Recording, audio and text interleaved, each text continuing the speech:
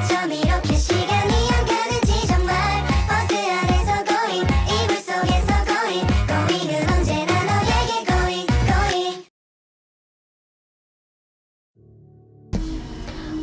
Apa itu perubahan? Perubahan adalah keadaan di mana terjadi sesuatu hal yang baru atau berbeda dengan kondisi sebelumnya. Menurut Kamus Besar Bahasa Indonesia, perubahan adalah keadaan yang berubah.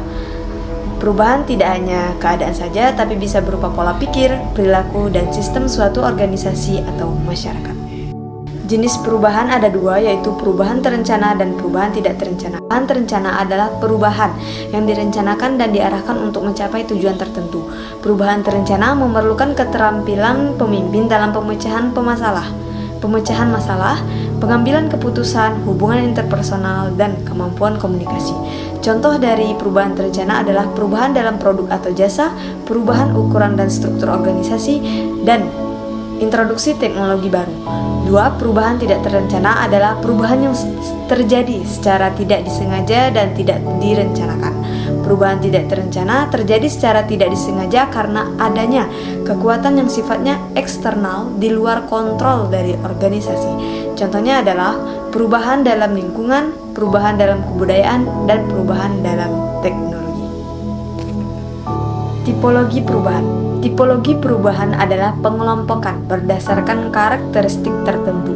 Tipologi perubahan dapat membantu dalam memahami jenis perubahan yang terjadi dan memberikan panduan dalam mengelola perubahan tersebut. Dalam mengelola perubahan, penting untuk memahami karakteristik perubahan dan memilih strategi yang tepat untuk mengelola perubahan tersebut. Tantangan dan hambatan dalam perubahan dapat bervariasi tergantung pada konteks dan skala perubahan yang dilakukan. Berikut adalah beberapa tantangan dan hambatan umum yang sering dihadapi dalam proses perubahan. Yang pertama yaitu resistensi. Salah satu tantangan utama dalam perubahan adalah resistensi dari individu atau kelompok yang terkena dampak perubahan. Resistensi bisa timbul karena ketidakpastian, rasa takut, kehilangan keuntungan atau status quo, kurangnya pemahaman tentang alasan dan manfaat perubahan, atau ketidakpercayaan terhadap pemimpin atau proses perubahan itu sendiri. Yang kedua, kurangnya dukungan dan komitmen dari pihak atas. Perubahan yang sukses membutuhkan dukungan dan komitmen dari manajemen dan pemimpin organisasi. Jika manajemen tidak memberikan dukungan yang cukup atau tidak terlibat secara aktif dalam proses perubahan, hal ini dapat menyebabkan ketidakjelasan, kebingungan, atau ketidakpastian di antara anggota organisasi. Yang ketiga, yaitu kurangnya sumber daya. Perubahan seringkali membutuhkan investasi sumber daya seperti waktu, uang, tenaga kerja, atau teknologi baru. Jika organisasi tidak memiliki sumber daya yang cukup untuk mendukung perubahan tersebut, hal ini dapat menjadi hambatan dalam mengimplementasikan perubahan dengan efektif.